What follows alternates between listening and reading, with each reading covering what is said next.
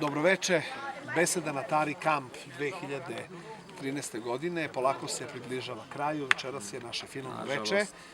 Nažalost, 7 dana je bilo dosta ili malo?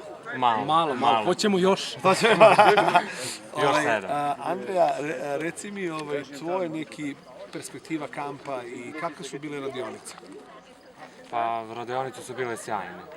Za mene, dosta poučne. Svidjelo mi se to što je da su svakog dana predavači bili različiti, da se pričalo o različitim temama, da su te teme dosta poučene za nas mlade. A što se tiče kampa generalno, to mi se još više svidjelo, zbog toga što je program dosta bio bogat, sadržaj takođe. Mnoge stvari se naučio. Mnoge stvari, da, to svakako. I ovaj kamp će mi, mislim da ne zvuči kao fraza, ali ovaj kamp je jedan od najboljih. U tvom životu koji si bio? Da.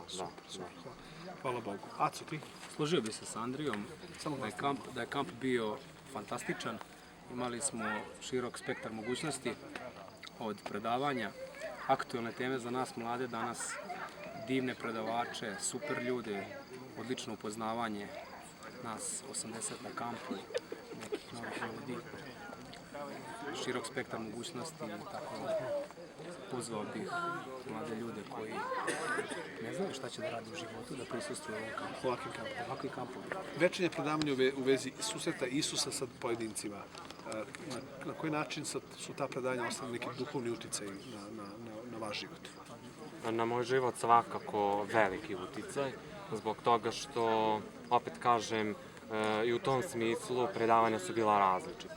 Svake večeri mi smo proučavali isto evanđelje, ali uvek je poruka iz tih evanđelja bila različita i za nas veoma poučna.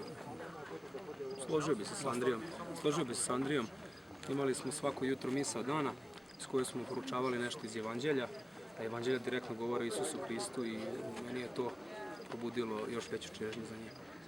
I vjerujem i drugim mladim ljudima koji ne znaju za Isusa Hrista da su naučili dosta toga i da će to prihvatiti i primeniti u svoj životu.